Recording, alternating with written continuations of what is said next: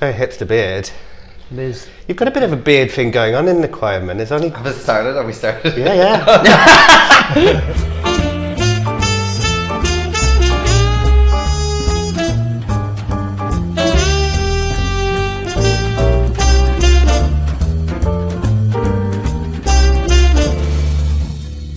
How do you keep it so silky soft? Money. What do you use?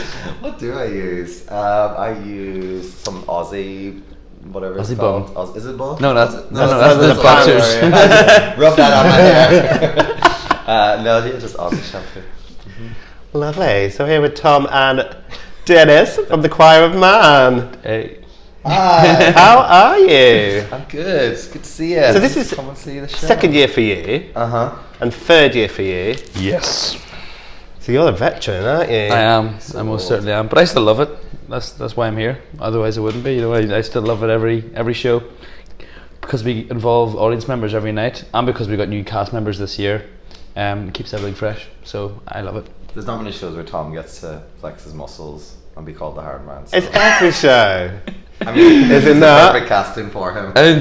My original song in the show when we did it 2 years ago in London, in the rehearsal room, was "Don't Leave Me This Way," and it was a strip scene. Oh, I'd love to see that. That was my character's gay fantasy.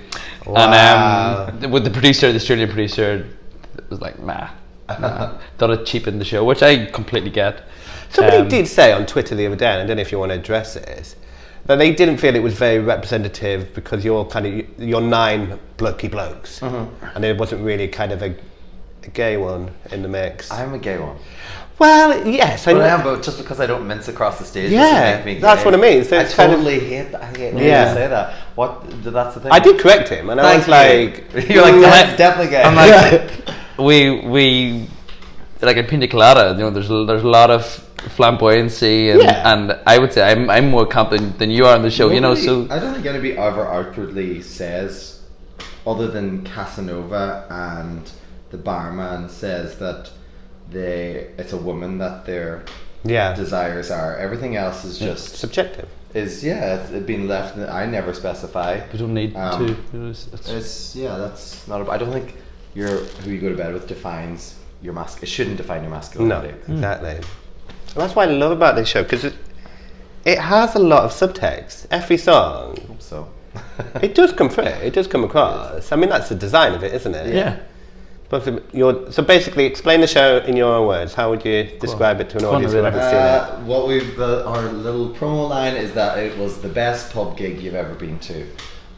So we do 9 guys singing in perfect harmony. Always perfect harmony. Always? No, not for me anyway. Sorry, Jack, our musical arranger, supervisor.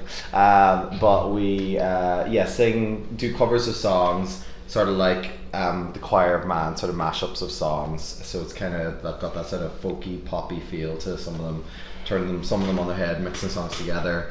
So they're all songs people know, like Adele, Chandelier by Sia, and you do reimagined versions of them, aren't you? Within the world of these. If there was a group of guys in a pub and they broke out the song, where would that fit into their narrative on that night in that pub? You know, whether they're at the urinal with the lads, what song might go in there, whether they're thinking about the girl, whether they're ordering their next pint, whether they're having just a sing song together.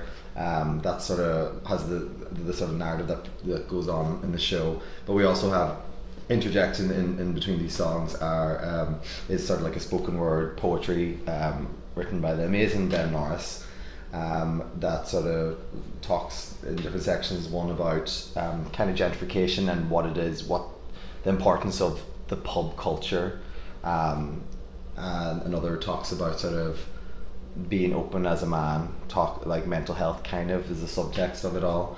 And then when we go to America, we talk about friendship, we talk about male role models, and sort of and you know what I think is really interesting, when we started the show, when we came here 2 years ago, we had these 9 songs, 9-part harmony, just lads on stage drinking beer. The mental health side of things just came organically. Yeah. Literally came on, like obviously the band added poetry for the longer version of it. Because we all have mental health problems. But I think everybody But that's- does. Everybody in the industry does. We don't talk about it enough, you know. Men are overconfident about their mental health. They're too afraid to speak up, and although it's nice to be optimistic about it, it's not nice to be complacent about it, you know. Yeah. So and that's something that just came whilst we were doing it, and I can't put my finger on a point when it actually became a thing of the show. It became this underlying theme, but we stuck with it, and it's not something that was told, oh, we're gonna do this. It just happened, and I love that. I think that's what works about the show. People come for a feel-good show, which it is. You know what it says in the tin. It is a feel-good night out, but I think we like to try and slip in the emotion or the little message. I think people do, who are tuned into that and are looking for that, will find it and go away with that sort of, hopefully, as you did. Yeah. I loved it, honestly. Thanks. And I can tell you, when I sung my song "You're the Voice" the first year here, I didn't even think what the song was about. Like I was singing a song. Then we take it to America. We've got all this gun violence and stuff, and the song is "How long can we look at each other down the barrel of a gun? We're all someone's daughter. We're all someone's son." And suddenly, this song becomes something a lot different than what it was. And I watched videos of me doing it in the first year compared to me doing it now, and it's so different. Yeah, because I wanted to talk about how the audiences are doing. So obviously, after Edinburgh last year, you both went overseas with it. And tell me where you went. Oh, where do we start? Do you remember? You went everywhere, didn't you? Well, we did a proper like nationwide tour of the states, 32 states in total. It's crazy.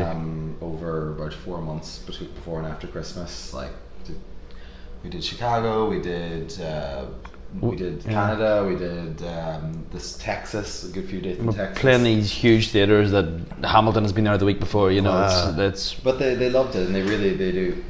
They respond really well to the sort of. Did the audiences vary even within the country? Yes, definitely. I feel like when we were in the south, they were maybe careful. Careful. Then in the south, they were really up for a good time and like a big night out, and they loved the drinking and the laughs of it all. I think when you go maybe more, correct me, East Coast, West Coast, which was it? Which like New York and all that stuff. East. Okay, so I think maybe the people that have seen maybe there's a bigger theater culture. Yeah. They were a bit more reserved, and they were waiting kind of to be impressed. So it was more of a challenge. It was kind of like, okay, show me what you can do. Because we did go to like some big capitals, and then we went to some really small towns. And I think sometimes when you go to a really small town, they're so eager to have people coming in and to experience, and they wanted us to come to their local pub or telling us what restaurant to go to. So that was lovely, but then also amazing to go to these huge places that we've grown up seeing on TV. Like, I think the first big city we did it in was Washington DC. We did the Kennedy Center, which is a real prestigious venue, and the change in the audience was like it was crazy. Like we went from Texas where everyone's getting drunk to DC where it's like playing the National. It's like wow, and we all kind of adapted. We never spoke about it, but I'd say we all kind of adapted our performances because we what you can get. Fringe then is another animal. Yes, itself. what the Scottish audience is like. Amazing. Like you're really spoiled for audiences up here. People just are in this sort of month-long party mode. I feel like we had. It's a perfect show for them. Yeah, it's a perfect show, and it always feels like. Well, no, I don't know if for being my second year here, it feels like it's like bringing the show home, because I feel like it's safe to say this is kind of where the show originated. Really had its first performances, really. So it does feel like it's coming home. And did you feel, because I sensed it, I don't know if you feel it being on the stage, the connection with the audience? I mean, you've been in the West End. Is there a difference? Thanks for dropping it. Clang. But there was a moment where I think I was watching either of you, and you command that stage, and it just felt there was more, you had more of a connection with this audience when you're singing. It helps in this space when they're so close and you can see everyone. And the last year and the year before, and in America it was different every night. But the audience last year were quite far away from us, so it's hard to connect. And I'm sure Denis feels this, especially as the narrator. But I love being when you're right close and they can smell you, as you said, literally smell. You were spitting like, on me. I mean, I wanted to play it. Like shower me. But I think that's, as people will realize that when they come see the show, it isn't.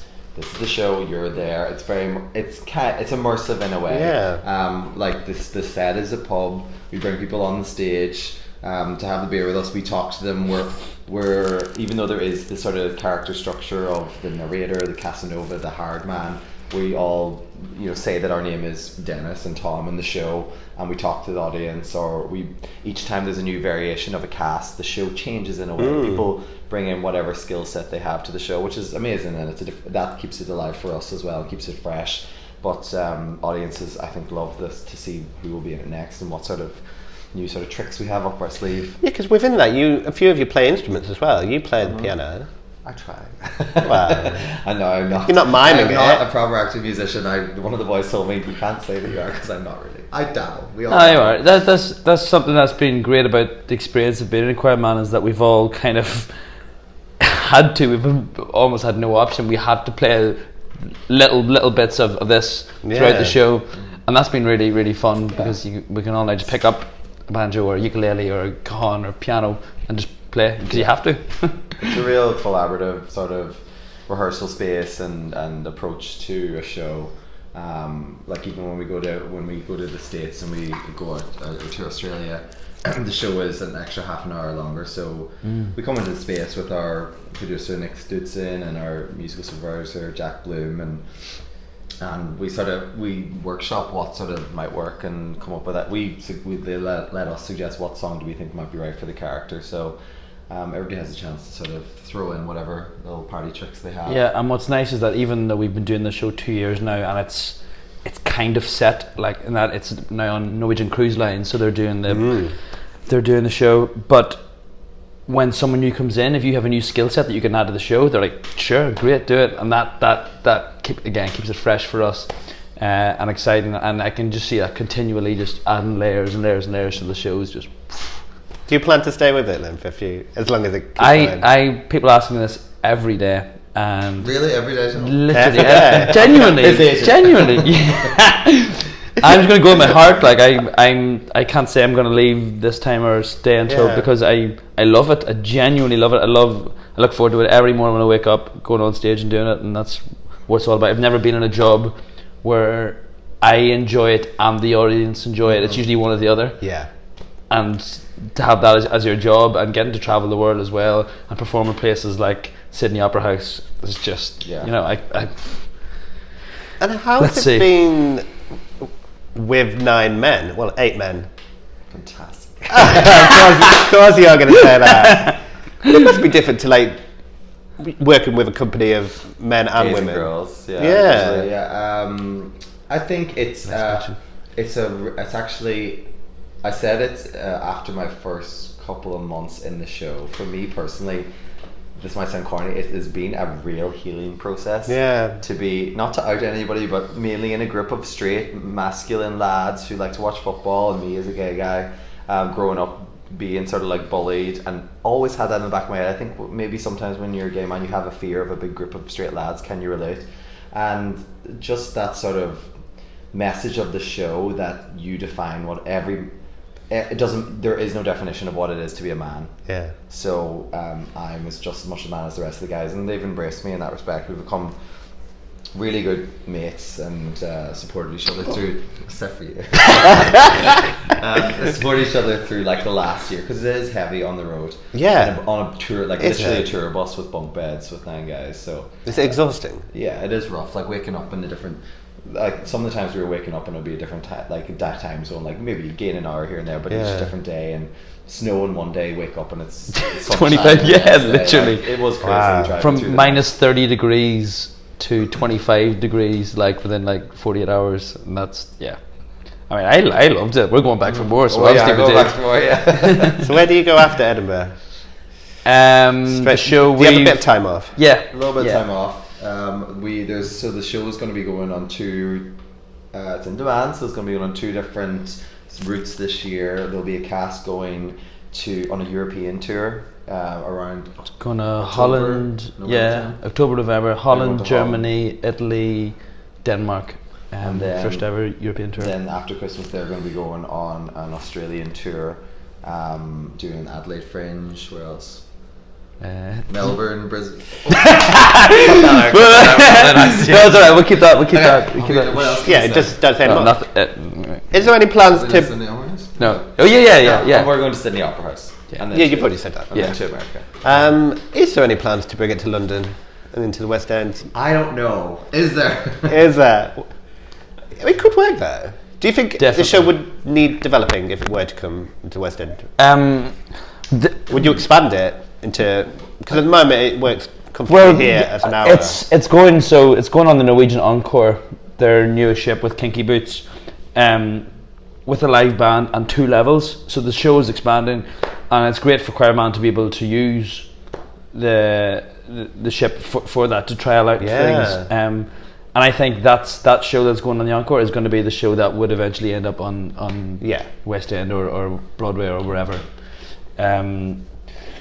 Because it looks awesome. It looks really, really cool. I think you could work in London. Definitely. I definitely do. That's there's why I'm a gap for surprised. us. I said this last year when I said it. I said I thought you'd be there. You said it. I said it. It's When I funny bought 'cause that CD. this time last year, me and Dennis, literally this time last year, we went to see Six Yeah. for the first time. Yeah, and look at it And now. I was like, it's gonna blow up. I love it so much. Yeah. And I thought we were kind of like the male Six. Slash, I wanted to. The 9. Yeah. And Six has now been taken on by Norwegian Cruise Lines as well. Yeah. So, like, Yeah, I think are we on the ship at the same time? no, We don't same know. ship. You mean? Are we allowed to announce that? No, we're not no, doing other no. people's shows. It's You want to be queen for a day? I don't know. Yeah, I love Actually. Six. Understudy. I'm I loved obsessed with it. it. I have it on the dresser all the way through America. The voice like stop playing it, Dennis. Yeah, I didn't love it that much, but yeah. Do you have a swing, don't you? No. Do you No not? swing. That's been a challenge. Wow. Since we started, we've never had an offstage swing. Well, I or- was about to ask because your characters are so specific to the way you look and the way you act, and it would be hard for a swing to cover every single person. good. Yeah. So, do you just not get ill? Are you looking after yourselves? Is I haven't that taken Yeah. a day. I haven't been sick off once I thought- this year. It's been over a year since I you go to the gym every day? No, not really. But I just it is like I've been out once this whole Fringe. I've got a friend who's staying opposite where you guys are, and he says every morning he sees one of you leaning out the window with a cigarette. I don't know who it is. not me. Definitely not me. We're not supposed to smoke in our apartment either. I know. That's why he's leaning out the window. Gosh. No, it's not our flat. Not me. Yeah. I didn't think it'd be you two. Yeah. I said no. No. It would have been Dennis or Tom. Absolutely not. Never. Good boys. Never. No. Have you got to see much of while you've been here this year? Been out and about? Because you're at a different time slot, aren't you? And it feels like everything I want to go see is at the around the same time as us. Yeah. 'Cause we usually come in about an hour and a half before our show too. So I think From- between 5 and Yeah. 9 we can't really see. yeah, so. yeah, I've seen some amazing things. Shout out to another production by our producers, Noise Boys, who have their first debut year here at Edinburgh Fringe. They're doing great. 5-star reviews. It's Crazy. Nice. really lovely sort of tap beatboxing type show in the same sort of vein world of they're like a choir of younger men. They're all Choir like early boys. 20s. Choir boys. Make me feel so old. But yeah, there's some. I love Edinburgh for that. You can just rock up into like a 10-seater theatre space, and you're going to see the most amazing piece of theatre. Nice. There's a piece I saw in this venue called Blizzard. We've this has been a hot topic in our dressing room because Ali and I went to see it and we literally bawled our eyes out. It was obsessed with so beautiful. And then other guys were like, "Whoa, what are you crying for?" I'm like, "It was so beautiful." Yeah. It's a circus act from the French Canadians, which is where most of these Circus CA acts come from. If you like circus, you should go and see Atomic Saloon. I've seen it Have you twice. seen it? I was in the front row twice. Because I was on the stage. They give you shots of whiskey if you sit on the stage. Yeah, I've heard, yeah. And No, it's but ready. I wanted the Trump whole. also the beer. Yeah, a shot of whiskey. Yeah, Oh, yeah. we got to get on that. Yeah, so like you give the audience beer. Yeah. And I'm glad that this last year was a bit warm, but this year it's colder? a Okay, bit good, tepid. good, Yeah. Okay, good. Yeah, no, Beautiful. that's You thank me for that. Why did you insist? Because I go down after thought you every were right show, there. get the keg and put it in the cooler every night. So yeah, you're welcome. It's a nice touch. It gets the audience in in the spirit of what our show is. The set is incredible. Like It's beautiful. every time I come out, I was like, how have they got that up in 5 minutes? Literally, like 15 minutes. It's 15 ridiculous. minutes to It looks to stunning. build a bar. No, it's fantastic. And fantastic team here at Assembly. They really cater to us, and we're delighted to be back with them again this year. Do you have nicknames for each other? Do we? No. I don't know. Do you have a nickname for me? Behind his back. He's McGregor, obviously. Oh, yeah. McGregor. What do I get? I don't get really anything. Diva. Oh, Amazing. yeah. Superstar, West End Star. Diva. No, they don't say it. I don't think so. No, I don't think so. We are. It's nice. We've gone through so much together now. Doing the cruise ship together, touring America. Now we'll go to Australia. So it really does bond you. Like you find you just in your little world of when you're doing the shows, just the guys or like the choir man group. So it's strange whenever we are like back home or out of work for a while. It's like, oh, Do you miss your boys? yeah, I do. Yeah, I do. And this will be sad now because this is when we finish Edinburgh now. This will be the last time for a while that some of us will perform together because we're splitting off to go on. It'll probably be the last time that we all as a group perform together, to be honest. Which is nice because every time we do a contract, the last time you sing Parting Glass on stage, you know it's Sunday night. It'll probably be the last time we all as a collective sing together. And it is different, and the sound that each different cast makes together, the blend is always different. And right now, what we have is so lovely. The new guys that I'm getting a chance to work with are so fantastic. Yeah. What are your favourite songs from the show? If you had to pick one each. Probably Parting Glass or You're the Voice, I think. Oh. Share about how it sang up. Favorite? It's probably Parting Glass. Yeah. Yeah. I still get like emotional. You always get a chill. You get it, yeah. Every time I sing it, I'm always just thinking of stuff home. It is funny to like take any of these songs and like because a lot of them are popular music and to break them down in a way and to look at what the lyrics are. It really does get you. Even like Hello, like it's so sad. I could like the way Johnny performs it. Is amazing, someone asked me about it the other night. Chandelier is such a beautiful song when you you know everybody knows this big pop song with the young girl dancing doing acrobatics, but like the lyrics of it are deep. Someone asked me in the bar the other night. They were like, that guy singing Hello, has he recently gone through a breakup? Because it really looked like he was like feeling it. I was like, yeah, it's just he's a great actor. Are there any songs that you're quite jealous that you don't get to sing of each other's? You're the Voice, but I couldn't sing it. I had to sing it. He was off sick once, like in the past, and I had to sing it. I was like, oh no, one show is enough. It's a killer to sing. It's so high. This thing when someone is off, it's a knock-on effect, and because someone has to do more. Right, I see. I mean, we've had to cut a song once or twice, but that's the last case scenario. Yeah, it's surprising for a group of guys that do like, and this is Irish, Scottish, Welsh thing, and we all love beer, and we're quite sociable guys. We've been very good at not going off, losing our voices or going off. Yeah. I guess the thing is because especially a lot of the guys. You're a prize. But a lot of the guys originated the show, like Tom's from the beginning. A lot of the other guys are from the very beginning. I think it's not just a job. They see it as well. It is their part of their. You know, they helped create it as well. So they see it as their baby. Do you know what? Name drop. We had a session with a guy called Denis in London, who's a voice specialist, works with West End casts, and he came in. We had some trouble on the ship. It was mostly me, had trouble on the ship, and I completely lost my voice, and it was like actually hurting for the first time, and I was like, what is going on?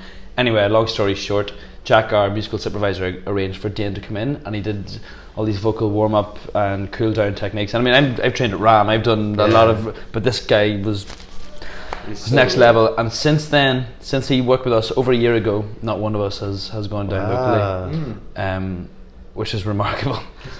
Like over a year. Can I talk about your voice? Because are people surprised? What do you mean? You look at you and you've got the muscles and the beard, and then you've got this voice which just doesn't seem to fit with the way you look. You must have that's heard a good that thing or a bad thing. Somebody made a joke once. They were like, "It's great to see that Conor McGregor's given up fighting to take up a career in musical theatre." It's true. I mean, not in a bad way. It's just like I say, are people sometimes surprised by it? Yeah. Yeah. And yeah. Do you get that response? Yeah, I'm a bit thrown by this question. Put you on the spot. I'm blushing. It's a compliment. You look amazing. You've got a great voice, but Thank you. Thank you. just not. Tom is Just- super just- stagey. What are you talking about? He's proper MT boy. Just because you Not have a that. beard doesn't mean you're not. Yeah, right. Did you get into Conor McGregor the musical? Man? Yeah, Like, exactly. Exactly. Yeah, make that happen. You're gonna say the same thing to me. You don't need the compliments. Thanks. You get them all the time. You did have a beard last year, though, did you? I can't remember. It was a bit less. A bit less. You're trying to keep up with the boys. Well, yeah, I feel I've gotten since I've been in the show. When I started the show, I had like short back and sides, and whenever I joined the cast, there was literally 4 guys with long hair and man buns. And so now I grew my hair, and then some of them cut their hair off or left the show. So now I'm like the only 2 with man buns, and I was trying to fit in, and it didn't work. Nice. It's fine. Yeah. Amazing. Well, I'm going to let you go and warm up. Thank for your you. show tonight. How many have you got left? 4. 4 more. Yeah. Wow. Yeah. Can't wait. Sharing So, the stage with Ian McKellen now, because he was on today. And, This is the dressing room, I think. yeah, we're in. Yeah, Ian Oh, McKellen's I thought you dressing meant he room. was like coming on because he popped up in Les Mis the other day. Yeah, no, we're gonna try and You're get. going to get him up We're to gonna try. sing a song. Well, That'd be if he comes great. to see us, will he come to see Yeah, us? Get him up definitely. for Impossible Dream. I would see him that would tomorrow, be- so I'm going to be like, hey, Ian, Oh. Yeah. here's a ticket. Yeah. We'll see. Thank you for having You're me. very Yeah, thank welcome. you. It's been a pleasure. Cheese. Most pubs have a football team, a darts team. This pub has a choir, always has, and we are the choir of man. Wake me up when it's